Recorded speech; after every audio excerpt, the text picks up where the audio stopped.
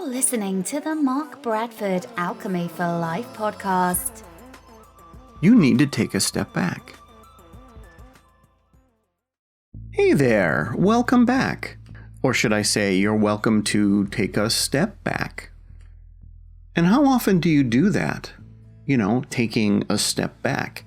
You've heard that before. You've heard people say that all the time. Oh, take a step back. And we even had a podcast on the 30,000 foot view, right? I guess that could be considered taking a step back as well. But what I'm talking about is taking a step back and considering the whole, which is sort of where holistic comes from, which still gets a bad name. You see, the whole concept of alchemy for life is about taking a step back and looking at the whole. I can use the alchemy for life concept and system to address almost anything. I mean, if you want to lose weight, or you want to start a new hobby, or you are unhappy in your job and you're looking for a career direction, or you're finding it difficult to date because you're just tired, or you don't even know why, or things seem to be going south and you don't understand why, or you feel empty, or you don't have a direction, etc. All of those things are solved with the same method. If you go to most people for advice, or even hire someone to help you, even someone who calls himself a coach, they're going to use a very specific method to try to help you with the specific thing that you were trying to fix or solve or discover, right? And their method is going to be very specific and sort of, frankly, narrow-minded. And it's probably going to be applicable to only the thing that you are trying to do, right? People don't go to a spirituality coach because they want to get healthy. People don't go to a personal trainer because they're looking for something to fill a hole in their life. People don't go to a motivational coach because they want to learn a very specific skill. But all of those things can be handled with the same method, which is the taking a step back method. And see, in a 10-minute podcast, your first reaction to this logically is, well, if that same method can be used for all those things, why wouldn't everyone just do that then? And the answer to your very intelligent question is because they didn't come up with the system. And they don't know how to apply the system. You see, they would have to create this system from scratch and build it in such a way that would allow them to just apply it to whatever is needed. That's a lot of work. That's a lot of building. That's a lot of work. And now imagine not just creating the system, but creating the system, meaning an online presence, a website, a mechanical thing that has the mechanics to process all of this. Oh my God, you're not going to do that, right? Why would you do that?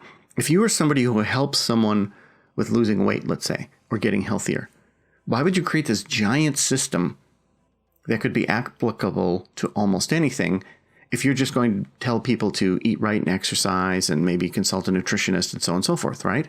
That seems very inefficient and very counterproductive. Except in a lot of cases, people know what to eat. People know they need to move and exercise and breathe and drink a lot of water, right? We all know that. Why aren't we doing it? Because we don't take a step back, and because we don't possess the tools to allow us to examine why we don't take a step back and why we're not eating right. The same goes for someone who you would hire to motivate you, right? They also wouldn't build this giant system, this complex, thorough, universally useful system when they don't want to deal with universal things. They want to deal with the people they're going to motivate, right?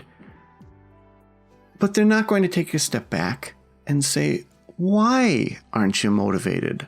Why are you demotivated? And with the person who helps you with losing weight and exercising more, and the person who motivates you, they're going to have or might have decent, very short-term results because you have someone in your life now that you're paying to help you. And even though you're paying them to help you, you are feeling validated and loved in a way that helps you to say, well, I got this person in my corner. I can do this. I'm going to do this. This person's watching me. Oh my God, I can't fail, right? But you're not going to have them forever. And then you're just going to stop. And you're going to hit the same wall that they are unaware of and don't care, frankly, to proceed through and to knock down or to find the door within, right? Because that's not part of their method. It's part of the taking a step back method. It's sort of like being in a relationship you've been in for 20 years, and you run into a snag and you tell a friend, yeah, this happened. And they say, oh, well, why don't you just tell them this? Oh, that'll fix everything. So instead of you saying, no, look, there's all this other stuff going on you just don't understand. I can't just tell them this. That's not going to work because this is going to happen. And this and this and this and this and this. So then you realize I'm just not going to tell my friend that this happened. That's the same thing, taking a step back. Your friend's not going to say, oh, let's sit down and examine in detail everything surrounding your relationship. The ups and downs, the ins and outs of what you do and don't do, the things you're doing right and doing wrong, right? Because then you'd figure out where this is really coming from and why you can't seem to fix this. Because you don't take a step back. So we now know that a system that looks at the whole and takes a step back is really the thing that helps you to fix a thing, achieve a thing, overcome a thing, succeed, etc. We also know why people don't do this. Because they have to build it. And it's a lot more effort and a lot more thinking to get something done like that rather than to just niche into a specific thing and say, I'm an X coach, I'm a Y coach, I'm a Z coach. We also now know that you can't just say, this is my system, without developing a tool that helps you manage it, right? Because if someone says, hey, I'm going to be like Mark, let's examine the whole. And you say, oh, okay. Wait, why aren't you writing that down? Oh, yeah, I remember it. Wait, you're writing that down on a little pad of paper? How do we track this? How do we not forget this in 2 weeks? Oh, no, I won't. Because when we meet, I'll say, so, how was your week? And we'll waste 20 minutes of you filling me in on something I should already know. And see, that's what I came upon. That's what I came upon from being the client. I found that 20 minutes of my very valuable hour was being wasted in catching up the person. Because that's how this stuff works. Because you get a mind that focuses on you sort of for an hour and maybe a little bit after you leave. And then it's up to you to carry the burden forward in the next meeting and say, so I've been monitoring myself and this is what I did and this is what I didn't do and this and this and this. And then say, okay, well, do this now instead. Or, oh, okay, it seems like good progress. Let's meet again next week for the rest of your life. That's why you need a system. Or more specifically, a tool that supports the system.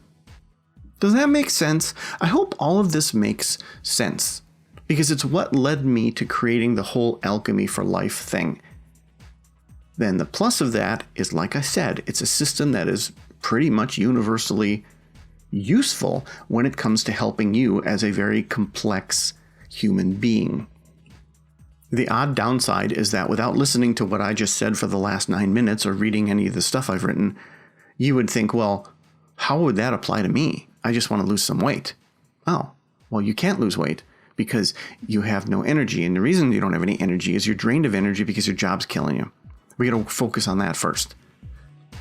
Or because of your job, you eat out on the road and it's almost impossible for you to take decent food with you. You're skipping meals, etc., etc., etc. So we can't force you to do these things that simply aren't possible or practical. We have to change something beyond that because we took a step back. I want date night with my wife and she just never has any energy for it. Oh, well, let's just force her to have energy. Well, wait, we can't do that. We take a step back and we find that she's doing 85% of the parenting, so she has no energy left to go for a date night. She has the willingness, but not the energy. Plus, she's in parent mode. It's hard to be fun date night person in parent mode.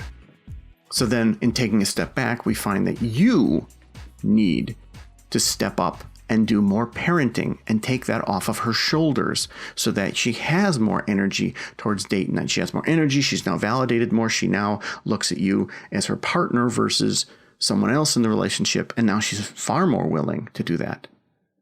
Do you see how taking a step back and looking at the system makes that difference? So I'm going to go over, and I have, and I apologize, but for a podcast called Alchemy for Life, I don't really talk that much about the actual alchemy for life.